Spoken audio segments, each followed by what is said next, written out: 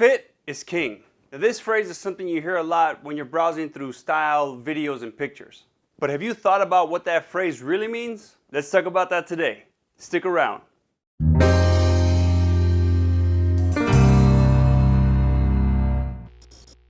Fellas, welcome back. It's Robert, your everyday gentleman.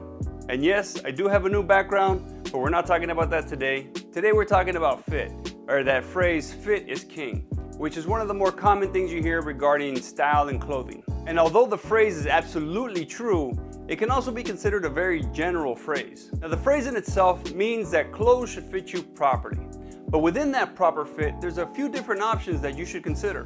And we're about to discuss what some of those options are right now.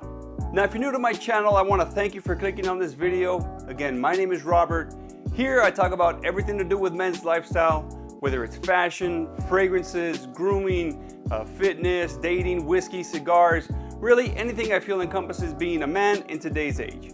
I invite you to subscribe and engage in the comments down below. And if you're already a subscriber, I want to thank you for your continued support. With that, let's jump into it. So here's the main thing that you need to realize. Though it's true that the clothes should fit you properly, the way that the clothes is actually going to fit is going to vary depending on your body and your personal style. So instead of saying that the clothes should fit you properly, start thinking in terms of clothes should fit you properly. Take your pants for example. Let's say for example that your waist is a 33 like mine. To get a proper fit, this is going to be your starting point. But then you're going to need to consider the cut. Do you go with skinny, slim, straight? For the cut, this is where you're going to consider not only your build, but also your personal style. I see a lot of guys on YouTube and Instagram go for the really slim or skinny cuts for their jeans.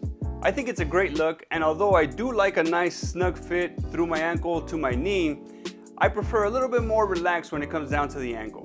Now in my opinion, it still fits well enough to sit properly on my shoe or on my boot, but it's not as tight around the ankle, so I don't feel as restricted. I still feel comfortable in the pants. And that's not to say that a more snug ankle is wrong. Again, I've seen a lot of guys rock this look and they do it extremely well. Again, for me, it's just my personal preference to go with a more relaxed ankle.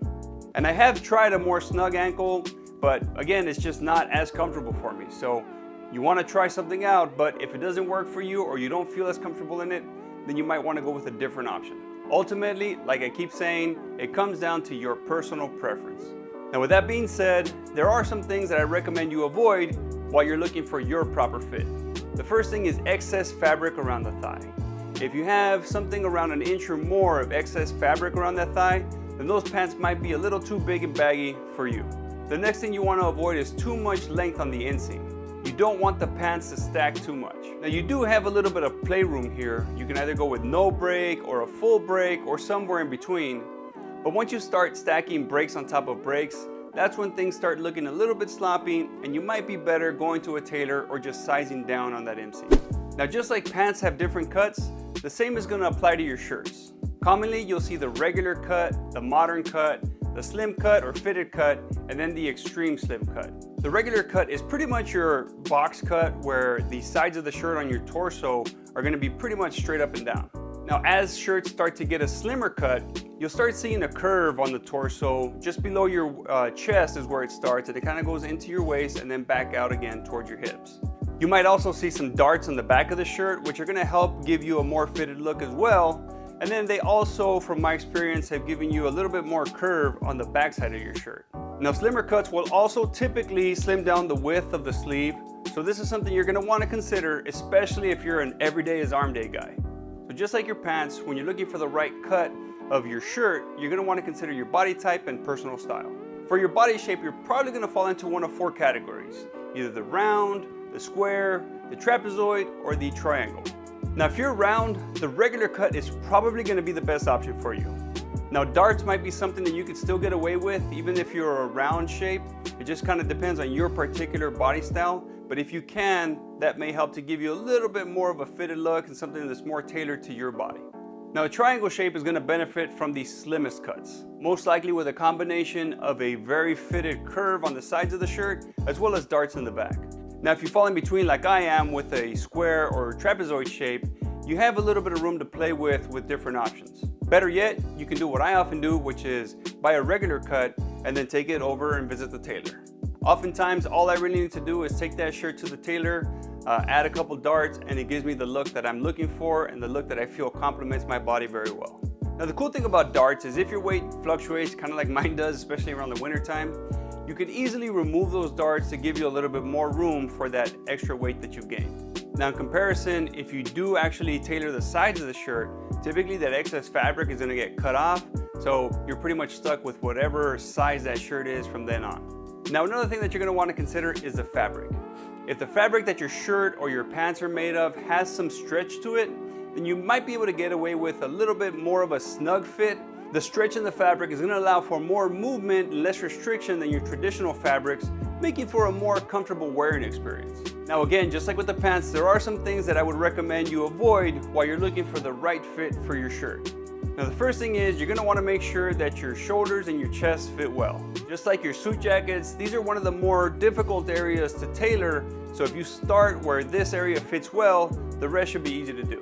Now just like your suit jackets, the shoulders and the chest are the more difficult areas to tailor, so make sure that these areas fit you well. Now another thing to consider is if you're wearing that shirt untucked, the shirt shouldn't be too long. The sweet spot's going to be right at the center of your zipper. So that wraps up my guide when it comes to proper fit. Now I know that we can dive a lot deeper into this. We can talk about sleeves, we can even talk about like jackets, shorts, coats and suits, but I want to hear from my EG family. Let me know if this is something that you want me to dive a little deeper into, or if you want me to go over different types of clothing. Also, let me know what you think is proper fit for both your body and your style. One thing that I want you to remember is that your style should be unique to you. With so much social media going on, it's easy to fall into the trap of thinking that we need to look a certain way. The reality is, we all have different body types and style preferences. Use social media as inspiration and to give you ideas for style, but make sure that you take those ideas and make them your own. Don't be a carbon copy of somebody else. Part of being a gentleman is not only taking pride in your personal appearance, but also being proud and confident in who you are as an individual.